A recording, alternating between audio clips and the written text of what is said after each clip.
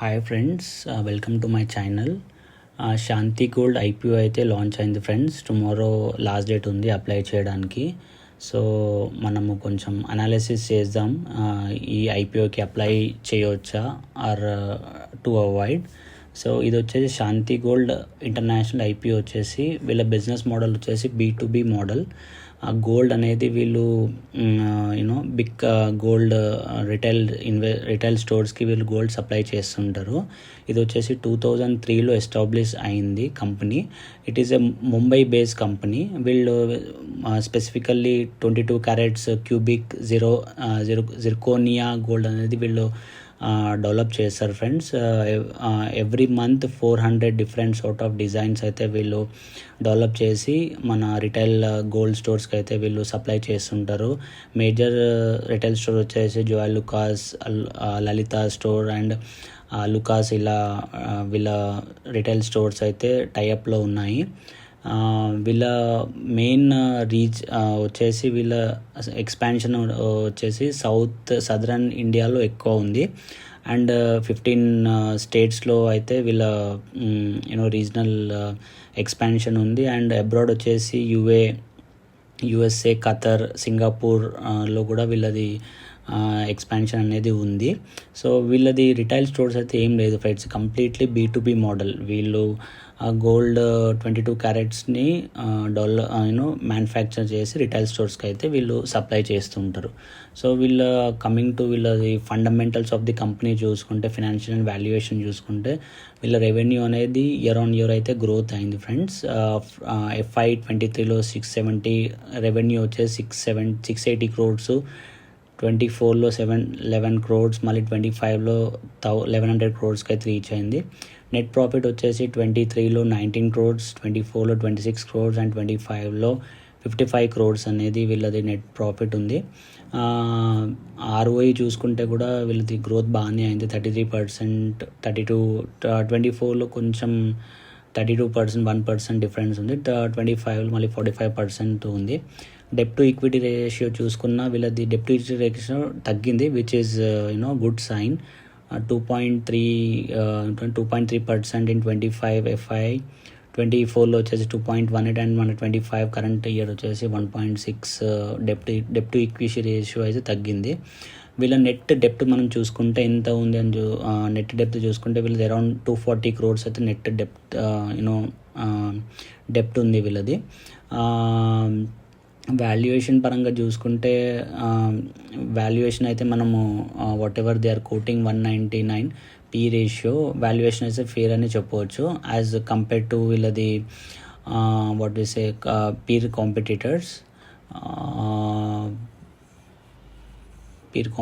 మనం చూసుకుంటే RBG jewellers, Utsav, CZ gold and sky gold, వీళ్ళ కంపారిజన్లో చూసుకుంటే వాల్యుయేషన్ అయితే ఫేర్గానే ఉంది.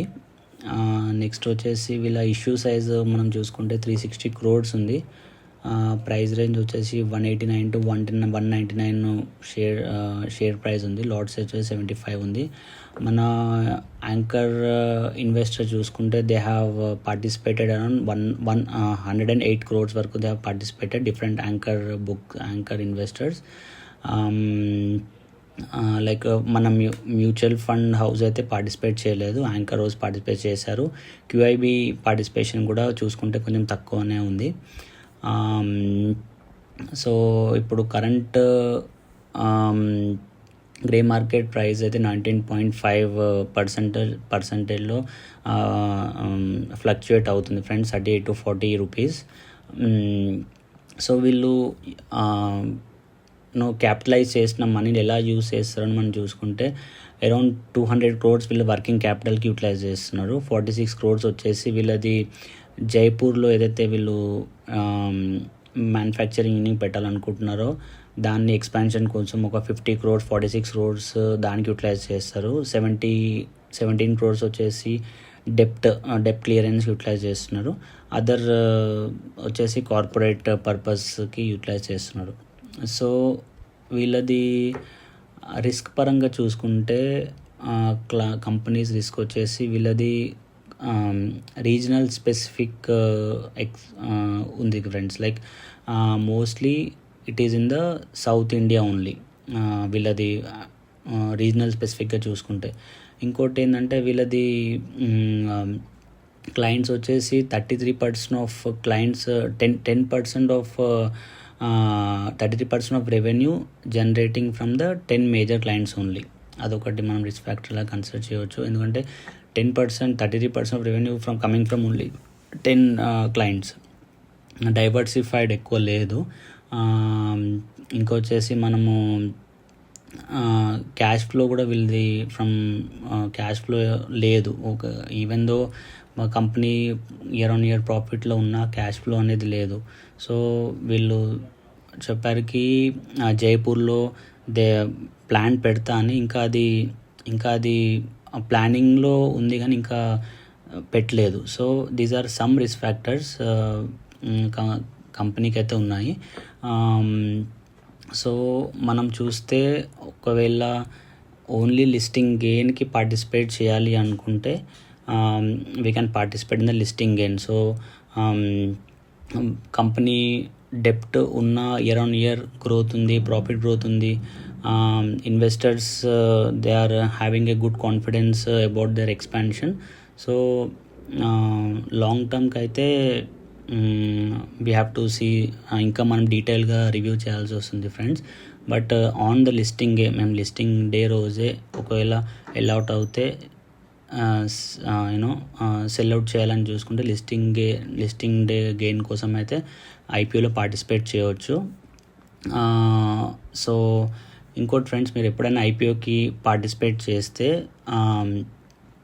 లైక్ ఈవెన్ నెంబర్స్లో పార్టిసిపేట్ చేయండి. లైక్ 2, 4, 6, 8, 10 అలా పార్టిసిపేట్ చేయండి. Bases on my own experience అలా ఏం అది వచ్చేసి మనకి ఎలాగైనా పూల్లో జనరేట్ అయ్యి it will be allotted in the pool. So కానీ from my experience I'm saying, so if you మనకి ఈవెన్ నెంబర్స్లో అలాట్ చేస్తే మనకి నెంబర్ ఆఫ్ షేర్స్ వచ్చే ఛాన్స్ ఎక్కువ ఉంటుంది. ఇంకా మీరు ఇప్పుడు ఎక్కువ సబ్స్క్రిప్షన్ అవుతే, సో రాదర్ అప్లయింగ్ ఫర్ ఒక్క అకౌంట్ అప్లై చేసే కంటే మన ఫ్యామిలీలో ఉన్న అకౌంట్స్లో ఎంతైతే మనకి క్యాపబిలిటీ ఉందో సో ఆ ఈక్వల్లీ షేర్ చేసుకొని మనము మన ఫ్యామిలీలో అప్లై చేసుకుంటే మనకి వచ్చే ఛాన్స్ ఎక్కువ ఉంటుంది ఐపీఓ అలాట్మెంట్. ఎందుకంటే మనకి ద మెయిన్ థింగ్ ఏంటంటే ఐపీఓ అలాట్ మనం ట్రై చేస్తాం కానీ ఐపీఓ అలాట్మెంట్ రేర్గా జరుగుతుంది కదా. ఇప్పుడు సబ్స్క్రిప్షన్ ఎక్కువ ఉంటే మనకి ఐపీఓ అలాట్మెంట్ జరగదు. సో ఈక్వల్లీ మనకి ఫ్యామిలీ అకౌంట్స్ ఉంటే ఫ్యామిలీ అకౌంట్స్లో చూసుకొని మనం అలాట్ చేసుకోవచ్చు. సో ఇది చూసుకుంటే లిస్టింగ్ గెయిన్కి అయితే we can apply for the listing gain. If allot అవుతే on the same day of listing మనం సెల్ అవుట్ చేయవచ్చు. This is just a analysis friends, don't take it as recommendation. Do your own research in డీటెయిల్గా if you needed. This is, I just want to share my opinion from my side. Thank you for listening out, and if you like the video, please do like and subscribe.